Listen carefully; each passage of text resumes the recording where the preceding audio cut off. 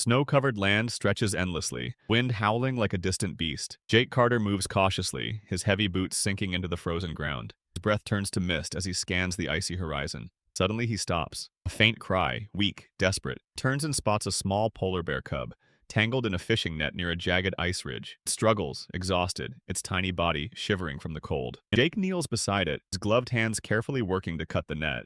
The cub growls weakly but doesn't resist. "Easy, little one," he murmurs, freeing its limbs. The cub collapses, breathing heavily. Jake pulls out a protein bar, breaking off a piece, offering it with an open palm. The cub hesitates, then takes it, chewing slowly, eyes locked onto him. For a moment, there is only silence.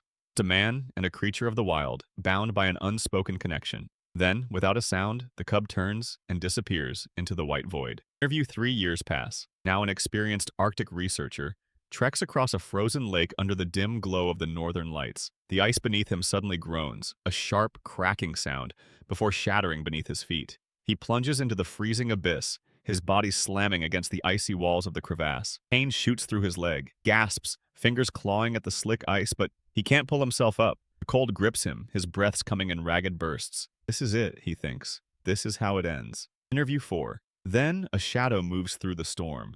Heavy footfalls crunch the snow. A massive figure emerges. A polar bear, its fur dusted with frost. It steps closer, and Jake, barely conscious, meets its gaze. Something familiar flickers in those dark eyes. The sleeve of Jake's jacket gently between its teeth and pulls. Slowly, inch by inch, it drags him from the icy grave onto solid ground. Jake coughs, shivering violently, his body barely responding. The bear stands over him, watching, its breath misting in the cold air. A silent recognition passes between them.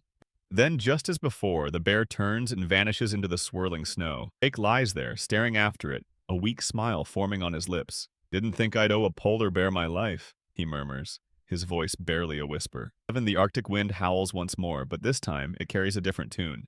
A story of survival, kindness, and an unbreakable bond that even nature could not erase.